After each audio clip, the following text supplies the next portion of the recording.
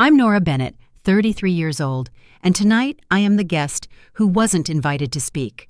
Chandeliers throw light across $1,000 of flowers on every table, and I'm standing under a vent that rattles like it's trying to clear its throat. My parents are at the microphone praising my sister's future with the confidence of people who never doubt their choices, and the room is already applauding before they finish the sentence.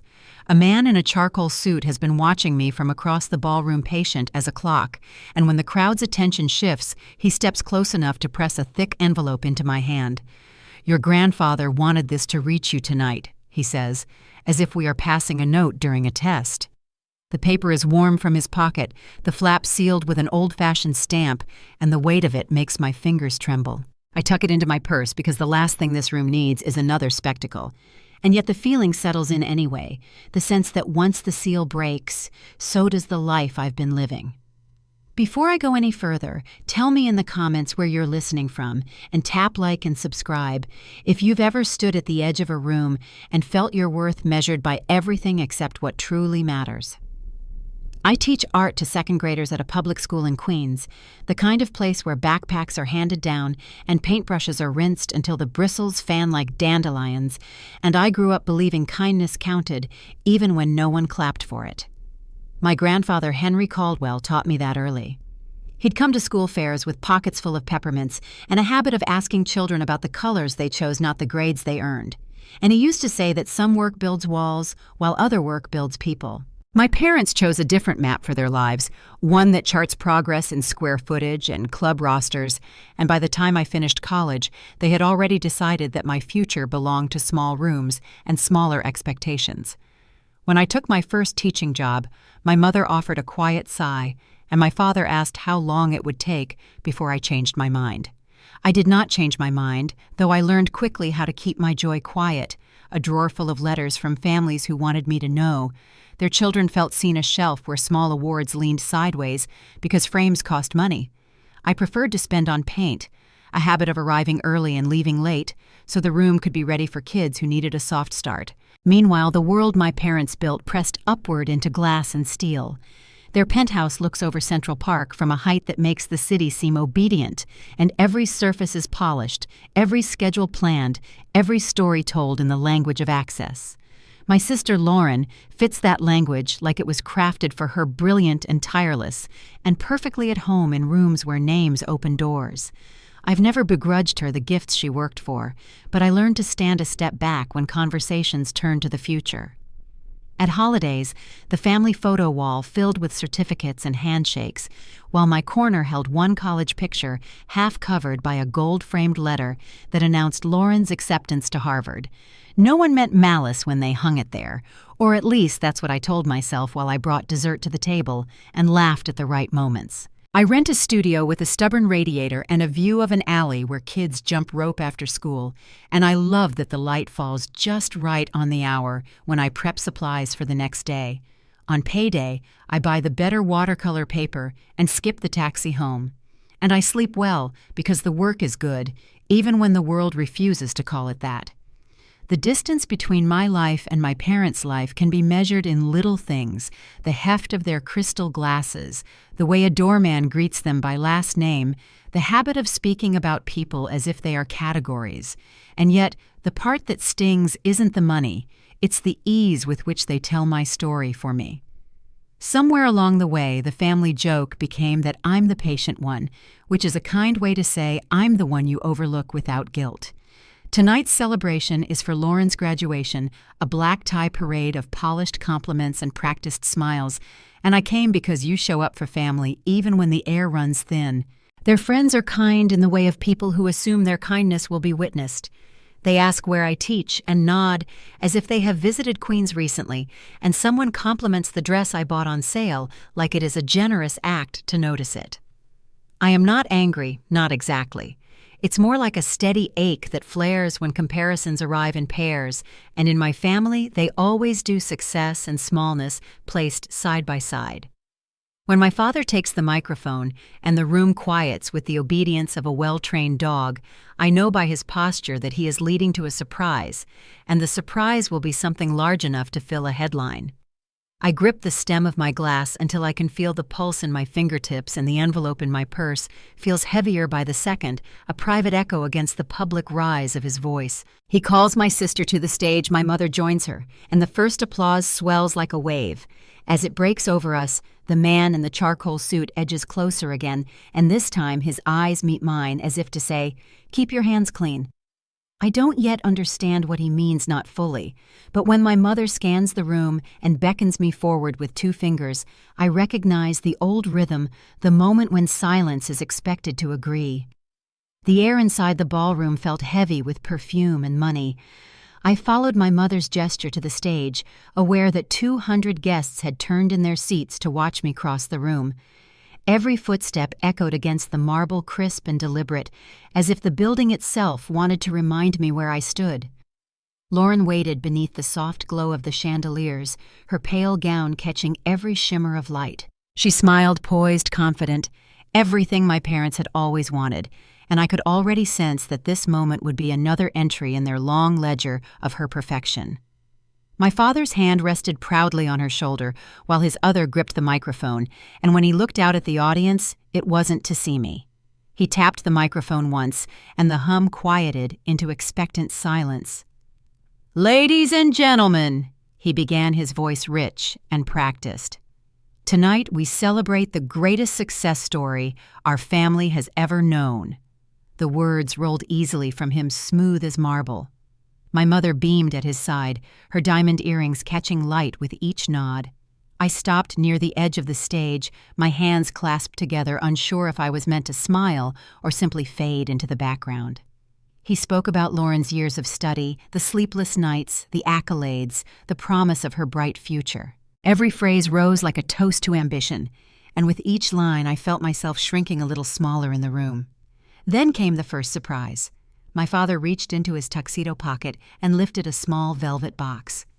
"Lauren," he said, drawing out her name like a benediction, "you've earned every dream we ever hoped for. This is just the beginning."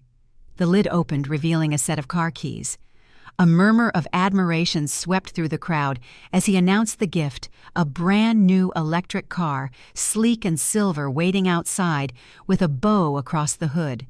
Lauren pressed a manicured hand to her chest, her laughter soft and camera-ready, and the guests applauded as though they'd all been part of her journey.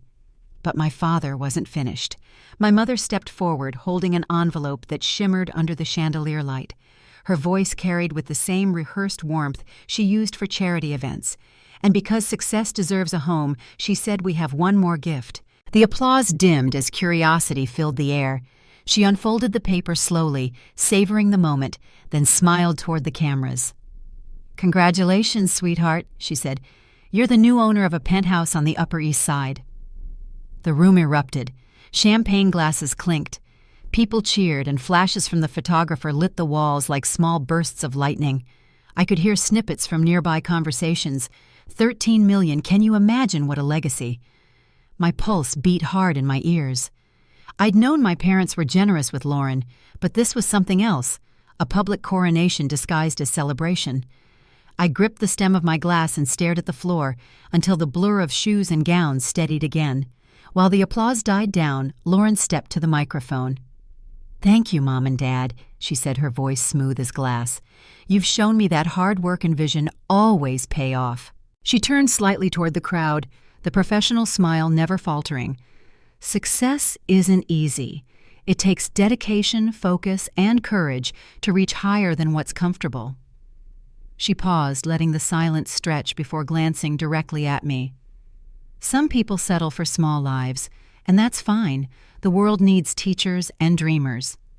A polite laugh moved through the audience, thin and brittle. My throat felt tight, but I forced my expression into something neutral. My mother's lips curved, pleased at how well Lauren carried herself. My father clapped, proud as ever. I wished I could disappear. Then, from the far side of the ballroom, I heard a calm voice break through the murmur. "Excuse me," it said. The man in the charcoal suit stepped forward. Conversation stopped mid-sentence as he approached the stage with quiet confidence. "I'm sorry to interrupt," he continued, "but I believe this evening is about to turn in a different direction." My father frowned. "And you are Samuel Pierce," the man said evenly. Attorney for the late Henry Caldwell. The name landed like a stone in the silence. My father's expression flickered for a moment, quick but unmistakable. My mother's hand, still resting on the envelope, stiffened. "Mr. Pierce," she began smoothly, "this is a private family celebration. Surely this can wait until Monday." "I'm afraid it can't," Samuel replied. "Your father insisted that certain documents be presented the moment you announce the distribution of any estate property." He reached into his leather briefcase and drew out a heavy folder, its edges marked with gold seals. The room shifted. I could feel every eye on us. My father adjusted his cufflinks, the motion controlled but tense. There must be some misunderstanding. "My father's estate was settled years ago. That's what you filed," Samuel said, "but it's not what your father signed." A sharp whisper moved through the guests. My mother leaned toward my father. "Thomas," she hissed, "low but audible, handle this." He nodded and turned back to Samuel. "Whatever this is, it's not appropriate here." Samuel didn't move. On the contrary, Mr. Caldwell believed transparency was the only way to ensure fairness. He asked for this to be public. He set the folder on the podium beside the microphone. "This document represents the true will and testament of Henry Caldwell, witnessed and recorded. It supersedes all prior versions." Lauren's smile faltered. "That's impossible," she said quietly, though her voice carried through the sound system. "Grandfather left everything to Dad." "Not according to this," Samuel replied. He opened the folder, revealing a thick stack of papers stamped with official seals. "Your grandfather revised his will 10 years ago, after learning certain details about how his legacy was being managed." My mother's face had gone pale beneath her makeup. "We should discuss this privately," she murmured. But Samuel continued, as if she hadn't spoken. "Before we read any part of this document, I should note one condition your grandfather made clear, that both granddaughters be present, which, fortunately, they are." His gaze found me for the first time that night. "Nora, this concerns you as well." A tremor ran through me. My parents had said for years that the estate was simple, that everything had gone to them and would someday pass to us equally, though equally had always meant in theory, never in practice. I hadn't questioned it. I'd learned long ago that asking about money only invited pity or condescension. My father's voice hardened. "You're out of line, Mr. Pierce." "Perhaps," Samuel said, "but I'm also carrying out your father's final instructions." He took a single page from the folder and held it up. The gold state seal caught the light. Henry Caldwell established what he called the Truth Clause. He wanted the world to see his family for who they were before they divided what he built. The tension thickened. I could feel the crowd leaning closer, the hum of their curiosity louder than the soft music still playing through hidden speakers. My mother reached for my father's arm, but he didn't move. Lauren looked between them, then at me, her expression sharp with something I couldn't read. Samuel opened the document, fully scanning the lines until he found his place. "According to this will," he said, "the Caldwell estate is to be transferred not by wealth or title, but by demonstrated service to humanity by the granddaughter who best honors the values Henry Caldwell held." He paused, his eyes steady on my parents. "That's not determined by degrees or income, but by measurable positive impact." My father's mouth tightened. "This is absurd." Samuel's tone remained calm. "Absurd or not, it's binding. Signed, notarized, and witnessed. The video record is stored off-site." A low murmur rippled through the guests. Cameras lifted from tables, capturing every movement. I felt my pulse in my fingertips again, that same tremor of disbelief and something deeper I couldn't name. Lauren found her voice first. "You're saying he left everything to charity?" "No, Samuel said he left everything to one of you." The air seemed to vanish. My mother's hand covered her mouth. My father's jaw clenched, and I realized I was the only one who hadn't spoken. I didn't trust my voice yet. Samuel looked directly at me. "Miss Bennett, before you sign anything tonight, you deserve to know exactly what your grandfather put in writing." The pen my mother had set on the podium waited between us, gleaming under the lights. I hadn't planned to touch it, but now even standing near it felt dangerous. I looked down at the velvet carpet, then at the envelope still tucked inside my purse, the one Samuel had given me earlier. Every instinct told me this was the moment everything would split open. The polite distance, the practiced smiles, the years of silence between what my parents said and what they did. Samuel straightened the papers in his hands, his voice steady as ever. Your grandfather documented everything he said, quietly, and what he found will change the story you've all been telling. The crowd had fallen completely silent.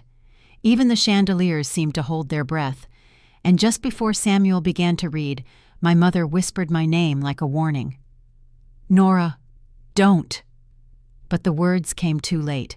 The sound of the pages turning echoed through the microphone. Every person in the ballroom leaned closer as Samuel adjusted his glasses and began to read. This is the last will and testament of Henry Caldwell, he said.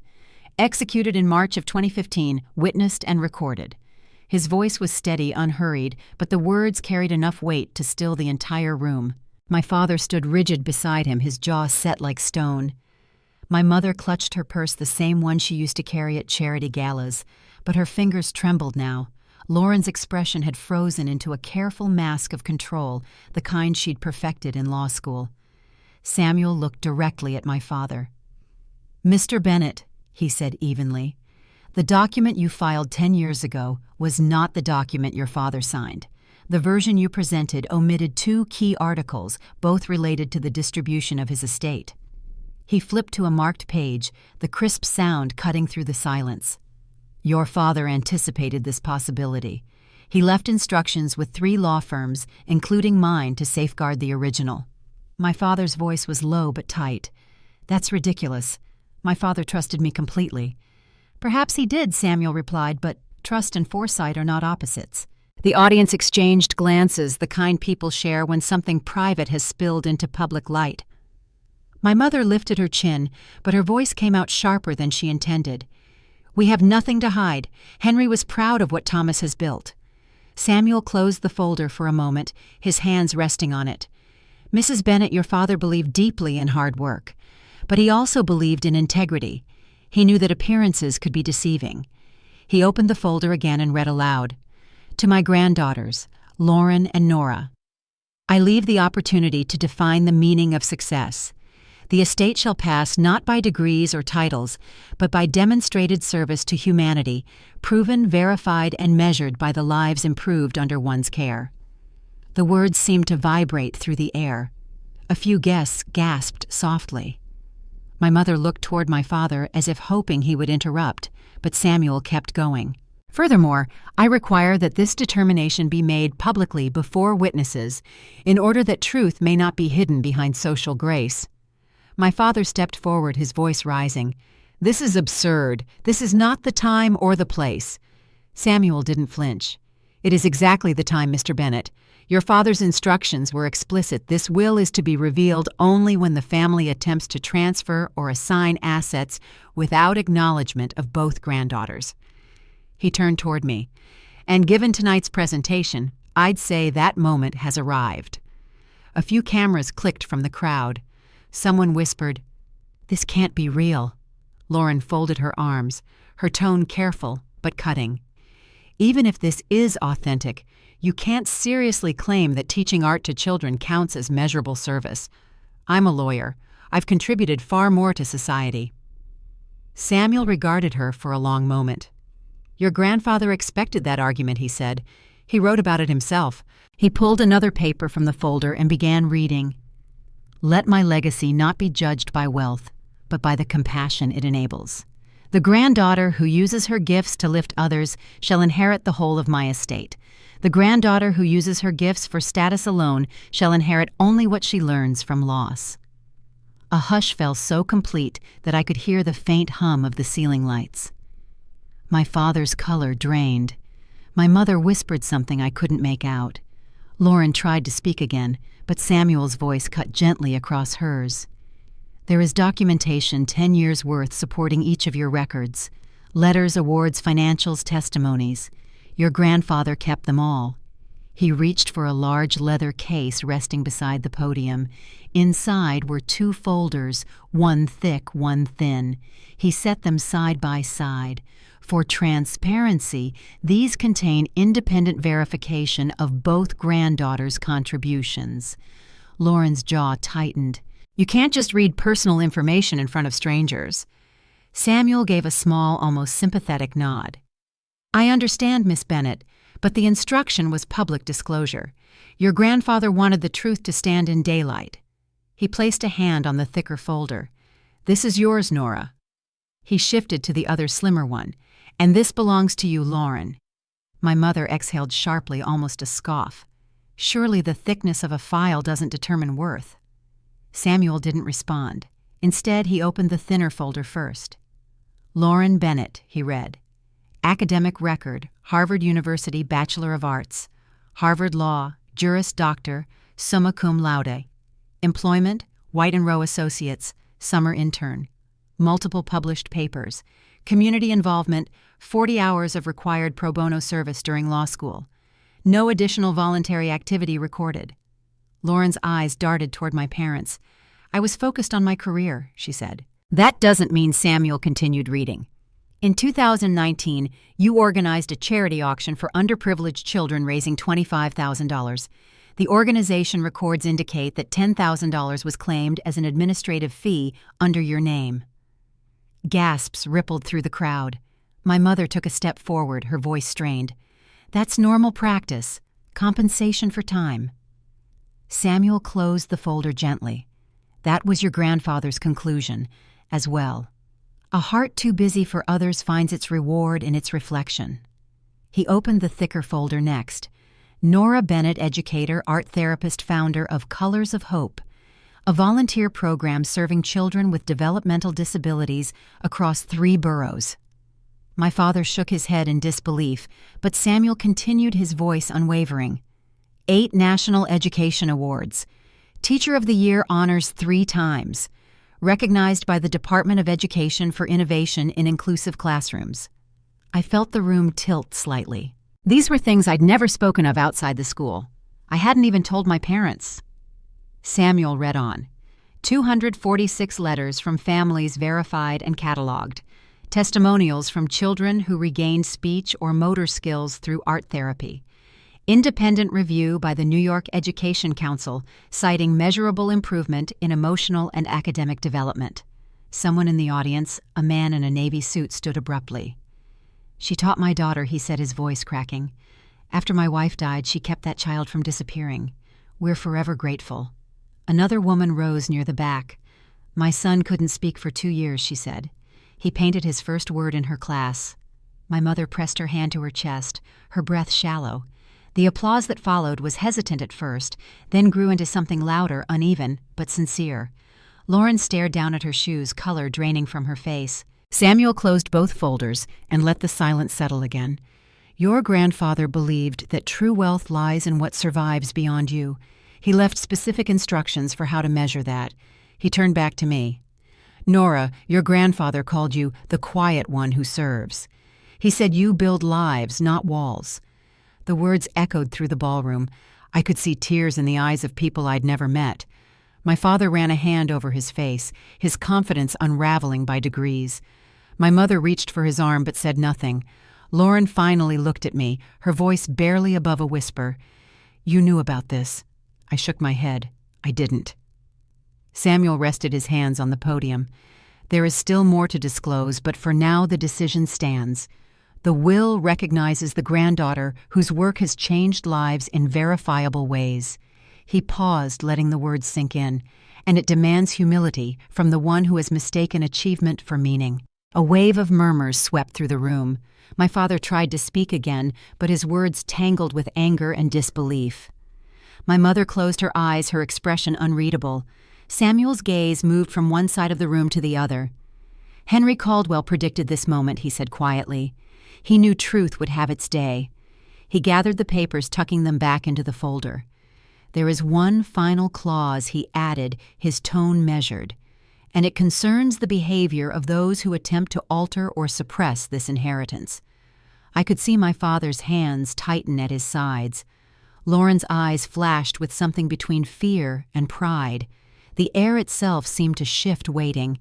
Samuel set the sealed page on the podium untouched. "We will address that shortly," he said, glancing at me. "But first, Miss Bennett, there's something else your grandfather left, something that belongs to you alone." He reached into his briefcase and removed a small bundle of envelopes bound by ribbon, yellowed at the edges. "These were returned unopened," he said, "every one addressed to you." The room faded into silence again. I could hear the faint click of the photographer's camera, the sharp inhale from my mother, the dull hum of music still looping somewhere overhead. Samuel placed the letters in front of me.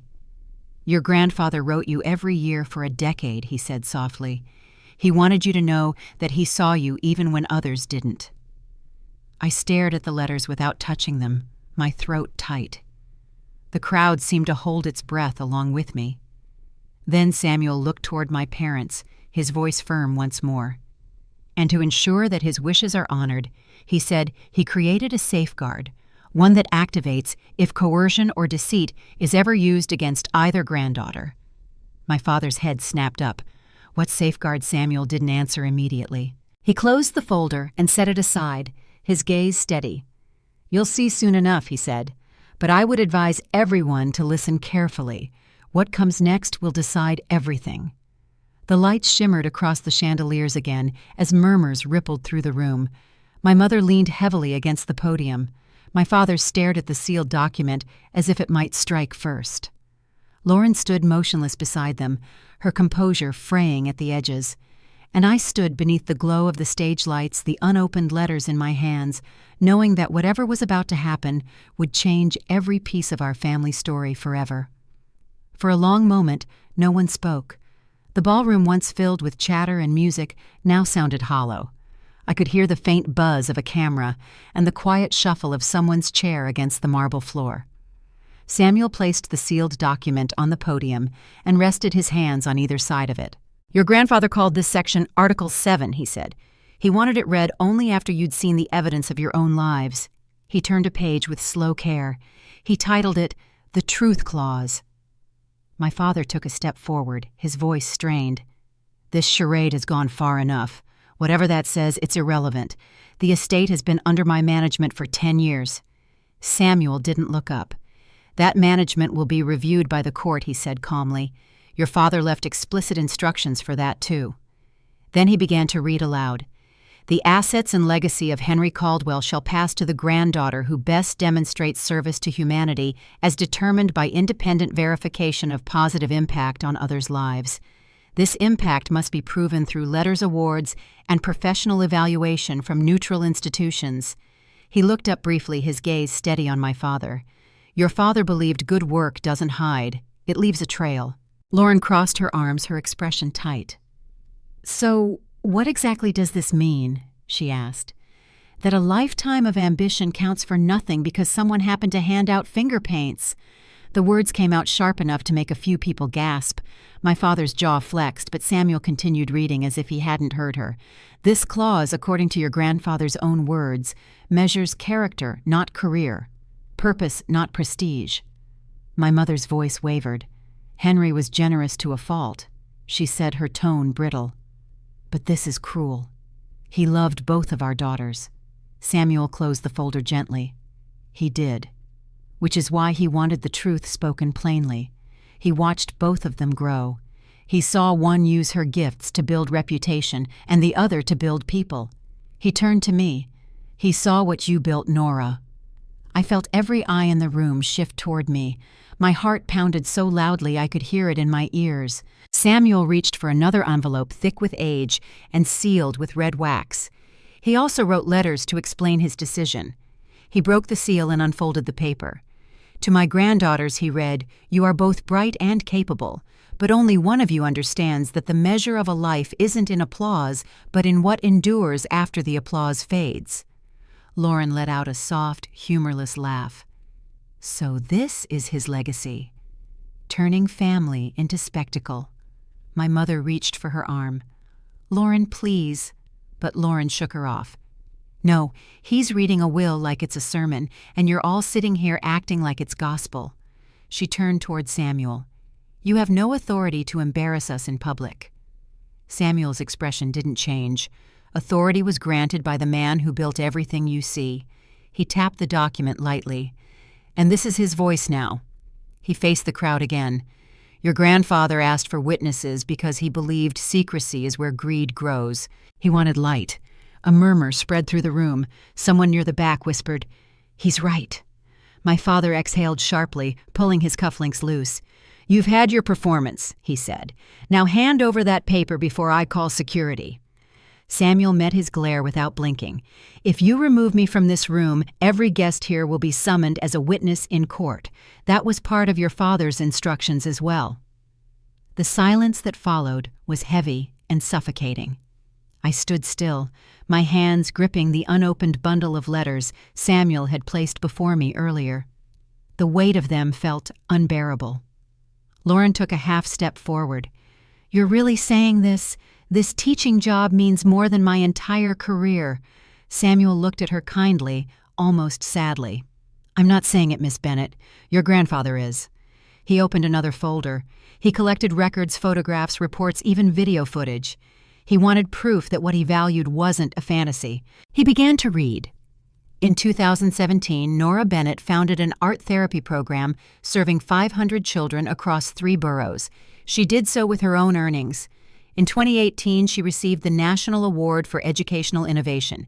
In 2020, she personally funded after-school programs when state grants were cut. She took no salary. Each line felt like a pulse through the air. My mother's hand went to her throat. Lauren's eyes darted between us, her confidence slipping. Samuel closed the folder. He compared both of you, not to diminish one, but to show intent.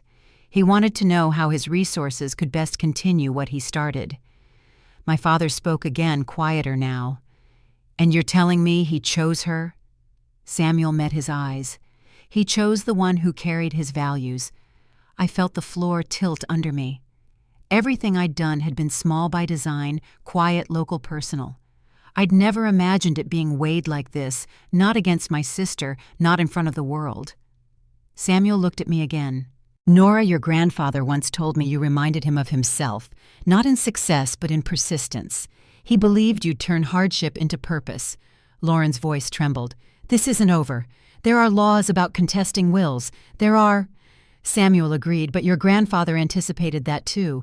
He opened the sealed document that had been resting on the podium since the beginning. "This," he said, "is Article 8, a safeguard. It outlines the consequences if any party attempts to manipulate or coerce another beneficiary." My father frowned. "What are you implying?" Samuel read aloud. "Should any heir use intimidation, deceit, or coercion to secure advantage over another, their share of inheritance shall be forfeited entirely and redirected to the wronged party. If done in public before witnesses, the transfer occurs immediately and without contest." My mother's breath caught. "That's absurd." "You can't enforce—" "It's enforceable," Samuel said quietly. "Signed, sealed, and notarized. Your father knew what he was protecting." The crowd shifted uneasily. Phones were already recording the light from the screens flickering across polished surfaces. My father looked around the room, realizing too late that every word had been captured. Lauren's face went pale. He knew she said barely above a whisper. He knew they'd try to push her out. Samuel nodded once. He did. The ballroom was so still it felt suspended in air. My mother lowered her head, her hand trembling around her glass. My father's shoulders seemed to cave under the weight of it. Samuel folded the document carefully and looked toward me. "Your grandfather predicted tonight, almost word for word," he said softly. "He told me, when truth finally comes, let there be no anger, only clarity." I didn't know what to say. The light from the chandeliers reflected in the glass walls, scattering across the room like fragments of something once whole. Then Samuel's voice broke the silence again. "There is one last instruction," he said. He asked that a recording be played, his own voice explaining why he chose as he did. He motioned toward a small tablet placed beside the podium. A man from the event staff stepped forward and tapped the screen. The speakers crackled, and then came a voice I hadn't heard in over a decade. "Hello, my family," my grandfather said, his tone warm and deliberate. "If you're hearing this, it means my hopes were right, that truth can still heal." My mother gasped softly. My father's eyes glistened despite himself. "I built a fortune not to make heirs," the voice continued, "but to make opportunities. and I watched quietly as my granddaughters grew into two very different kinds of women. One seeks success that shines outward, the other builds it inward. Both paths have merit, but only one serves the world that made this fortune possible. He paused for a moment before speaking again. To my granddaughter Nora, I leave not a reward, but a responsibility. Use what I built to lift others. And to Lauren, I leave a lesson, one that may yet make her stronger than all the rest. The recording clicked off. For several seconds, no one moved.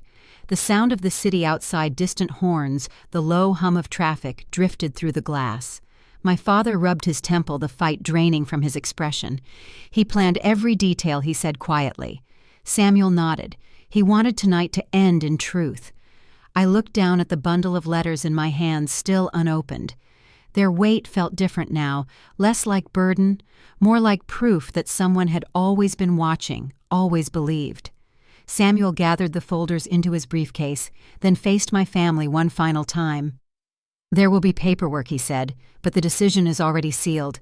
The estate belongs to the granddaughter whose impact was proven before this night began. Lauren didn't answer. My mother turned away, her shoulders shaking. My father stood still, eyes distant. As Samuel stepped back from the podium, I realized the night wasn't over, not yet. The truth had surfaced, but what it would do to the people standing beside me was only beginning to unfold. The recording faded into silence, but the stillness it left behind was heavier than the voice that had filled it. For a few seconds, no one moved. The chandeliers hummed faintly, catching the sound of shallow breathing and clinking glass somewhere in the back of the room. My father's face had gone gray, and my mother was staring at the carpet as though she could will herself into it. Lauren stood rigid beside them, her shoulders drawn tight, her hands trembling slightly against her sides. Samuel reached over and stopped the playback, then straightened the pages in front of him. "There is one more clause," he said. "The final part of your grandfather's instructions." He glanced toward the guests. He called it the humility provision. My father's patience broke. "You're turning a family event into theater," he said, his voice shaking. "This is defamation, and I'll see you disbarred." Samuel didn't even look at him. "Mr. Bennett," he said quietly, "you might want to hear the rest before you threaten legal action. Your father planned for that too." He unfolded another document and began reading aloud. "In the event that any heir attempts to coerce or intimidate another into surrendering their inheritance, the estate shall reassign assets immediately to the wronged party witnessed and recorded. The transfer is automatic and irrevocable." A wave of whispers broke across the ballroom. My mother turned toward my father in panic. "Thomas, what is he talking about?" "Coercion," Lauren repeated, her voice barely audible. "What does that even mean in this context?" Samuel looked up. "It means, Miss Bennett, that asking your sister to sign away her rights tonight on stage in front of witnesses meets every condition your grandfather outlined. In fact, he predicted it might happen exactly this way." The color drained from my mother's face. "You can't be serious," she said, her words catching. "I'm afraid it's already serious," Samuel replied. He lifted another folder from his briefcase, this one marked with a red seal. "When you called your daughter forward earlier to sign that waiver, this clause went into effect. Mr. Caldwell arranged for remote verification and a live legal record of the event." My father's voice rose again, rough with disbelief. "You mean this farce of a dinner was being recorded by multiple witnesses," Samuel said calmly, "several of whom are standing here tonight." From the far end of the room, a man in a dark blazer raised his hand. "Mr. Pierce, you asked me to document the evening for the estate," he said. "We have full footage and timestamps." My mother's knees seemed to give out. She reached for a nearby chair and sank down, shaking her head. Lauren stared at her in shock. "Mom," she whispered, "did you know about this?" Elaine's lips parted, but no sound came out. Samuel continued reading. "In the event the coercion occurs in public and all parties involved are of sound mind, the assets will be transferred immediately to the person wronged. The transfer includes all accounts, real estate, and holdings under the estate's umbrella." A murmur spread through the crowd again, louder this time. My father turned toward Samuel, his composure fracturing. "You expect us to believe that a signature we never even got cost us everything." "It's not about the signature," Samuel said. "It's about the attempt. Your father believed character reveals itself under pressure, not after the paperwork is signed. He placed the document on the podium. I received confirmation moments ago that the estate's trustees have already enacted the transfer. As of 10 minutes ago, all Caldwell holdings are legally under Nora Bennett's control. The room erupted. The sound of voices overlapped, some shocked, some admiring, a few simply whispering my name like it belonged to someone else. My father's mouth opened, but no words came. My mother covered her face. Lauren looked between them, bewildered. Samuel waited until the noise began to fade. "I believe that concludes my responsibility tonight," he said. "The estate is no longer in dispute." "Mrs. Bennett, Mr. Bennett, I'll send copies of the final documentation to your counsel first thing in the morning." He turned toward me and gave a small, measured nod. "Your grandfather wanted you to know that this isn't a prize," he said softly. "It's a trust. He believed you'd know what to do with it." I could barely breathe. The chandeliers flickered the air heavy with perfume and the faint hum of disbelief. I wanted to speak, but nothing coherent would form.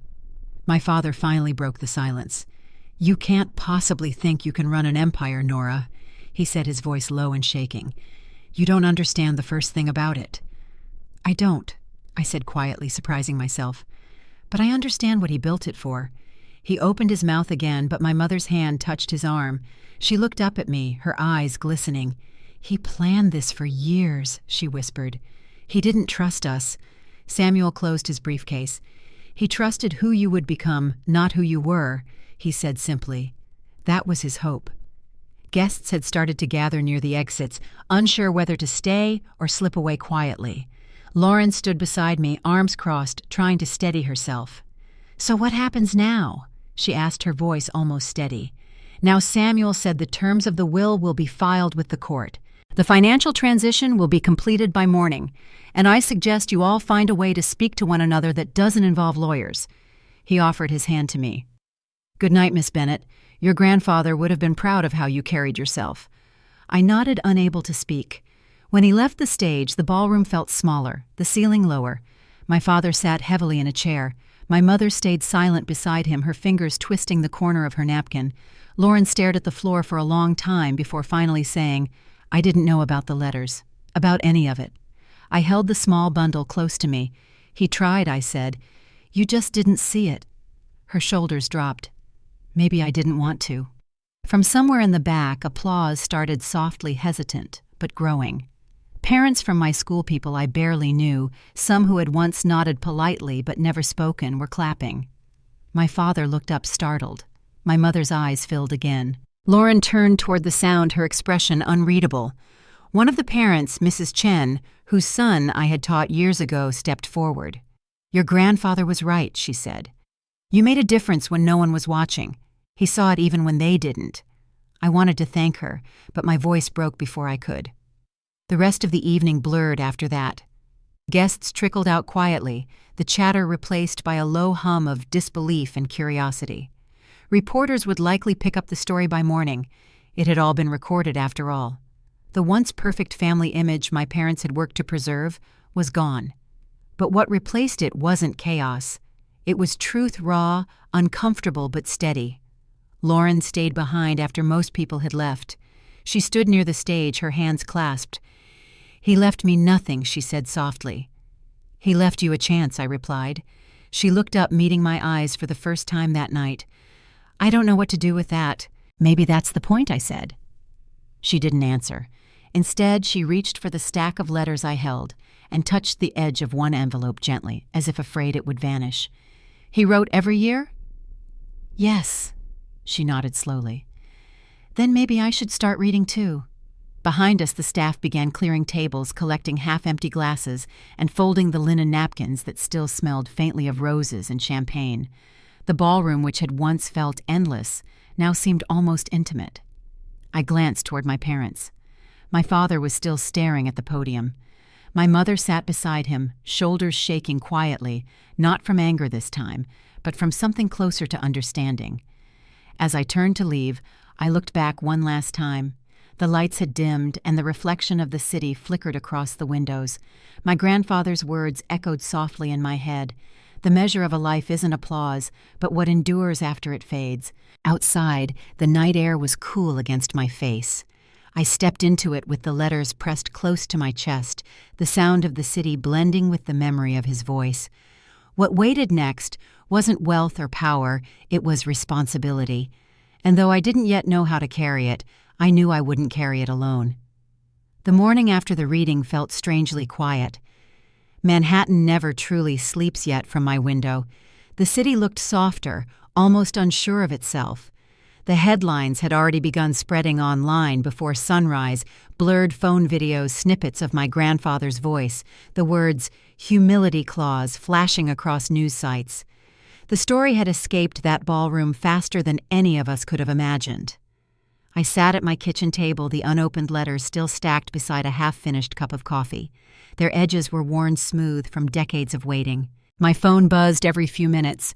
Unknown numbers, reporters, even a few parents from my school offering kind words, but I ignored them all. The noise of it didn't fit the moment. Around mid-morning, there was a knock at my door. When I opened it, Lauren stood there looking nothing like herself. Her usual polish-pressed blazer, perfect hair was gone. She wore a wrinkled sweatshirt and carried a small envelope in one hand. "Can I come in?" she asked quietly. I nodded and stepped aside. She walked to the table and set the envelope next to my grandfather's letters. "It's a letter from Samuel," she said.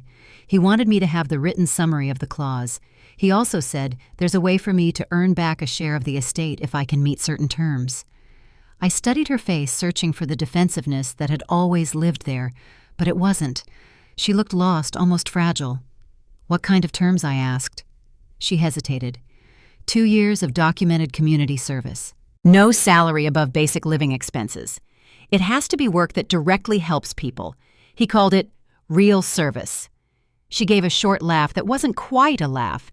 He said Grandpa believed the heart learns by doing. For a long time, neither of us spoke. I poured her a cup of coffee and sat down across from her. The morning light caught the edge of the table, glinting off the brass trim, the way sunlight used to hit the glass railings in my parents' penthouse. Lauren watched it too. "Everything I built is gone," she said finally. "The firm withdrew my offer last night. They said it wasn't personal, but it was about reputation." "I'm sorry," I said quietly. She shook her head. "Don't be.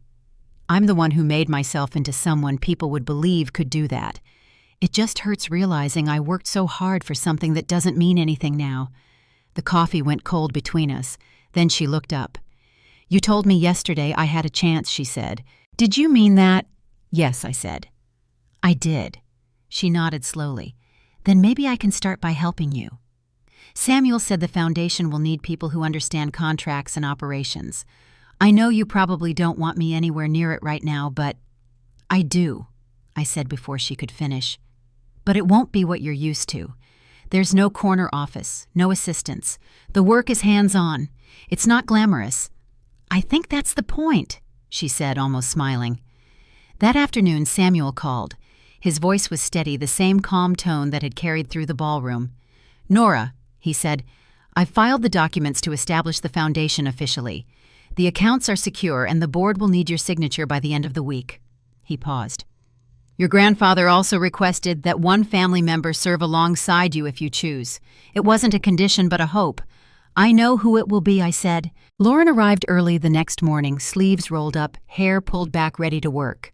The office Samuel had arranged was small, one room in a converted brownstone, the kind of place where sunlight made everything look like possibility. There were boxes of old papers, lists of community partnerships, and the start of what would become the Caldwell Foundation for Art and Education. We spent the day sorting through donations, drafting letters to schools, and reviewing applications from teachers who needed grants for supplies. It was exhausting in a different way than teaching a kind of mental work that forced patience rather than speed. Around mid-afternoon, Lauren set her pen down and looked at me. "You know," she said, "when I was little, Grandpa used to take me to the library on Sundays. He'd sit in the corner reading while I did my homework. I always thought he was proud of how hard I studied. I never realized he was watching what I valued." I nodded. "He did that with me, too. Except he'd ask what color I thought happiness was." Lauren smiled faintly. "What did you say?" "Yellow," I said. "He said it changes over time." By the end of the week, we had filled the first wall with photographs, children holding paintbrushes, teachers in classrooms, letters from parents who wanted to help. It wasn't polished yet, but it was alive. Samuel stopped by to review our progress and sign the charter documents. "Your grandfather would approve," he said, handing me the pen. He didn't believe in second chances. He believed in earned ones. Lauren watched me sign, then asked if she could add her name beneath mine as managing coordinator. Samuel smiled. "That's exactly what he hoped for," he said. Over the next few weeks, we settled into a rhythm. I continued teaching at my school during the week, and Lauren handled the foundation's growing correspondence. She arranged meetings with hospital administrators and art therapists, drafted proposals, and visited programs she'd once only read about in passing. At first, the work overwhelmed her, the pace, the emotion, the lack of polish. But something changed. I began to see her linger after each visit, staying to help children clean up or listening when parents spoke about their struggles. One afternoon, she came back from a local children's hospital with streaks of purple paint on her sleeve. A little boy asked if I wanted to help him finish his sunset, she said, setting down her bag. I told him I didn't know how to paint. He said it's not about knowing, it's about trying. She looked down at her hands, still faintly stained. I think I finally understand what Grandpa meant. The months passed quietly. Our parents, who had avoided public attention since the will's revelation, began to call occasionally. At first it was small things, questions about health, polite check-ins, but then one afternoon my mother asked if she could visit. When she arrived, she carried a small box wrapped in linen. Inside were photographs from my childhood that I hadn't seen in years. Finger paintings, school programs, a photo of me at my first classroom art show. "Your father found these," she said softly. "He thought you might want them for the foundation's wall." She hesitated before continuing. "We've started volunteering at the community center near our old building. They needed help reading to the younger kids. It's not much, but it feels right." For the first time, I believed her. By spring, the foundation had grown beyond anything we'd expected. We'd partnered with hospitals across 3 states and funded art programs for thousands of children. Lauren worked late most nights, sometimes falling asleep at her desk, surrounded by files and coffee cups. She had changed in ways that words couldn't quite capture. The sharp edges of ambition had softened into something steady and kind. One evening, as we finished reviewing a report, she looked up from her papers. "You know," she said, "I used to think success was being the best in the room. Now it feels like making the room better for someone else." I didn't answer right away. Outside, the city lights flickered on, glowing through the rain-streaked windows. "That sounds like something Grandpa would have written," I said finally. Lauren smiled. "Maybe he still is." When we locked up that night, the hallway smelled faintly of paint and old wood. On the door of our office, the new sign gleamed in brass: Caldwell Foundation for Art and Education Directors, Nora and Lauren Bennett. As we stepped outside into the cool evening air, I realized how far we'd both come from that ballroom. The noise, the applause, the public spectacle, it all seemed distant now. What mattered had found its shape quietly in classrooms and hospitals, in laughter and color. Lauren turned to me as we reached the corner. "Tomorrow we meet the new volunteers," she said. "You should see the list. Half of them are from Dad's old firm. They said they want to help." The light changed and we started walking. I didn't know what the future would bring, but for the first time it felt like our family was learning how to build something together, something that could finally last. The first gala for the Caldwell Foundation arrived almost a year after that night in the ballroom. The invitation list was small on purpose: teachers, doctors, volunteers, and families whose children had benefited from the programs we'd built. No photographers, no social columns, no reporters, just people who understood what the work was really about. Lauren and I spent the afternoon preparing the new event hall we'd rented on the Lower East Side. It used to be an old warehouse, but now sunlight poured through high windows, catching the murals our students had painted along the walls.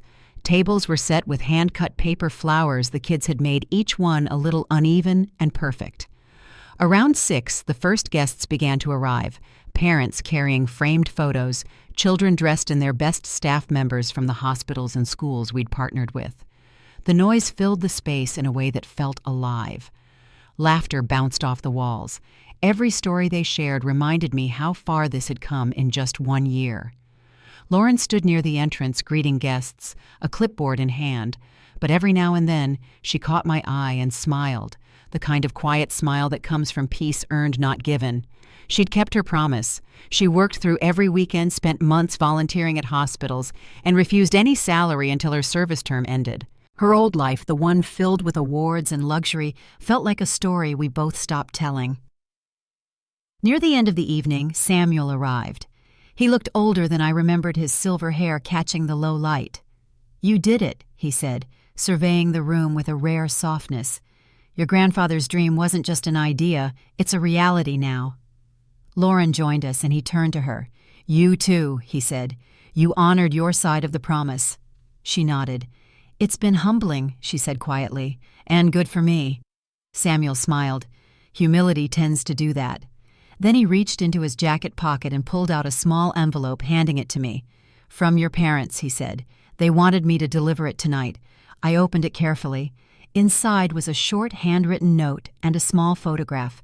It showed my mother and father sitting in a circle of children at the community center reading from picture books. The note was simple. "We're proud of you. We're learning too. Love, Mom and Dad." For the first time in years, I didn't feel tension in my chest when I saw their handwriting.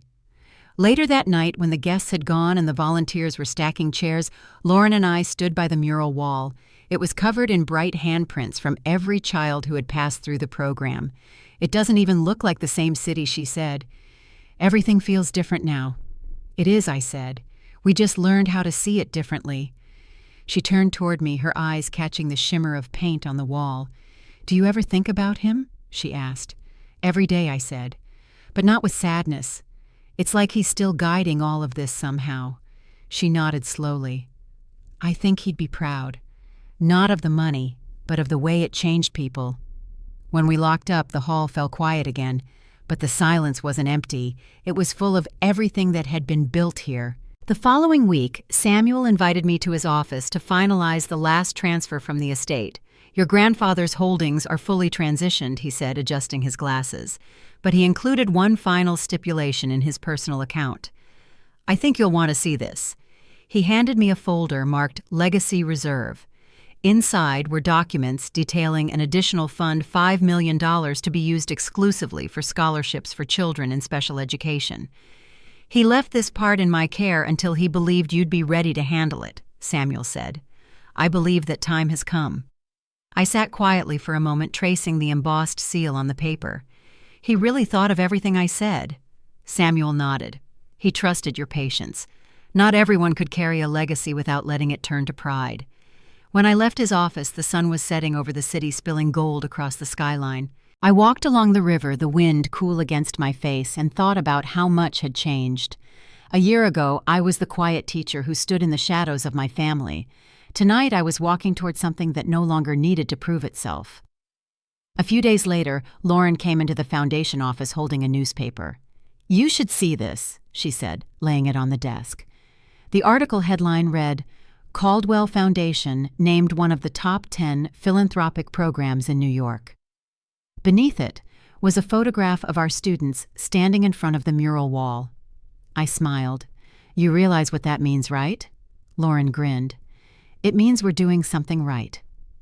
The story spread quietly, not like a scandal, but like a ripple word of mouth, one good act leading to another.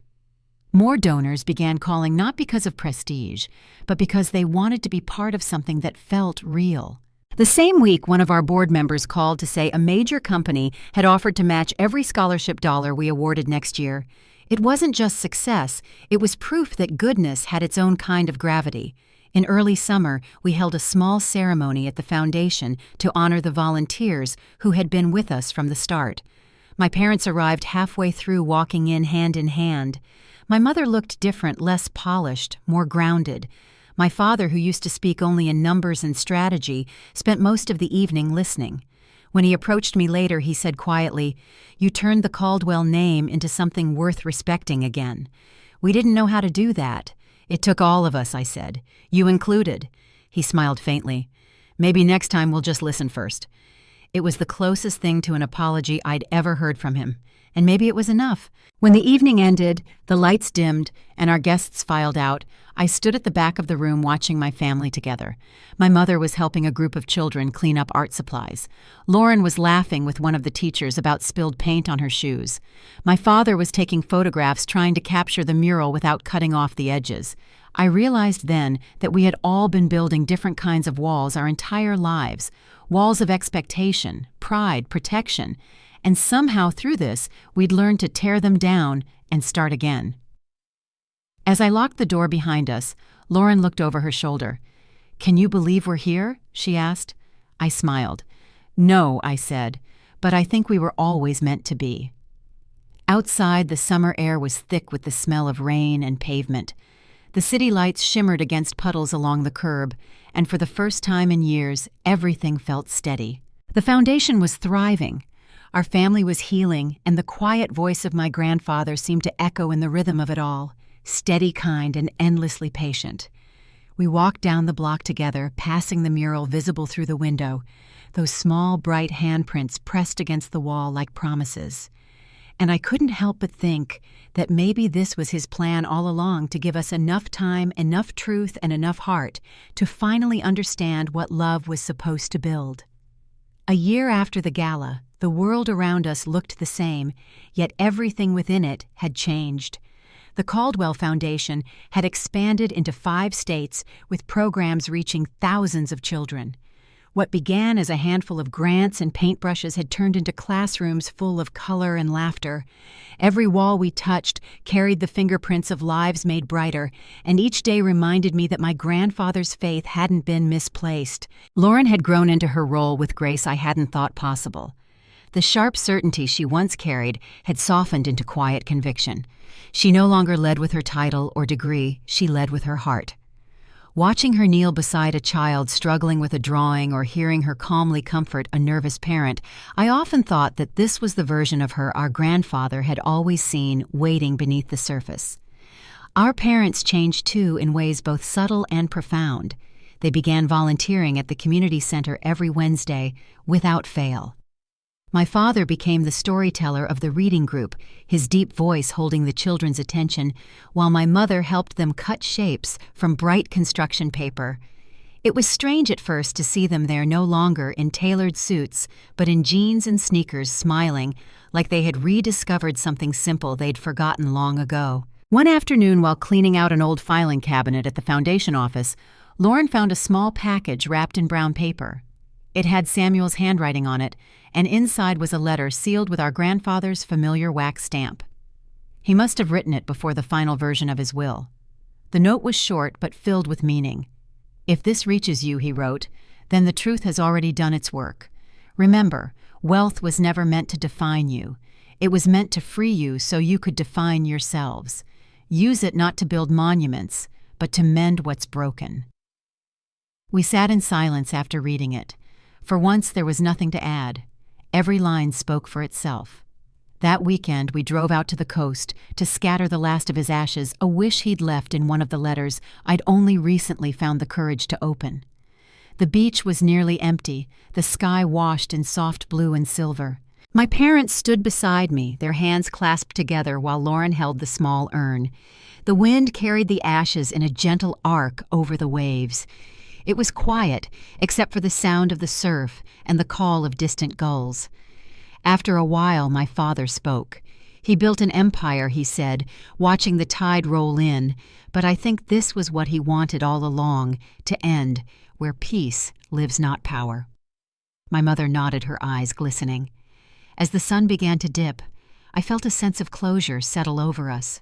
Not the sharp finality of an ending, but the soft recognition of a circle completed. The man who had spent his life teaching us that legacy was measured in kindness, had finally given us the space to live it. When we returned to the city, the Foundation's new summer program was beginning.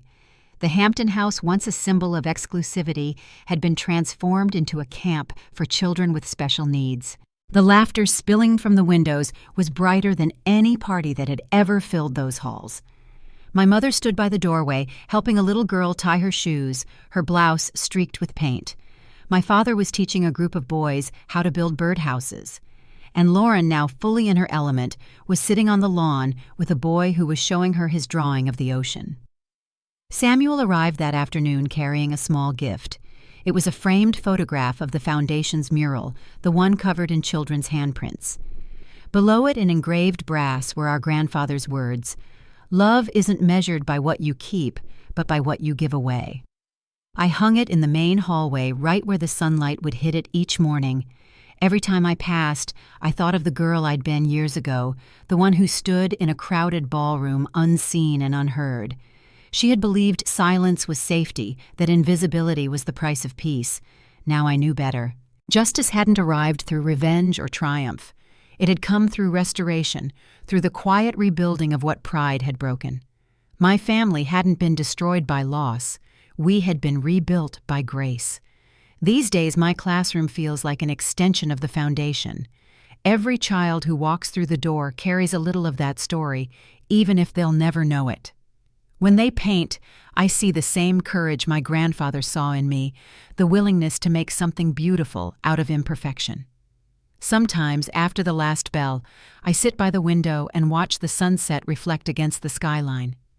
I think about how easily a life can shift when someone chooses faith over fear, compassion over control.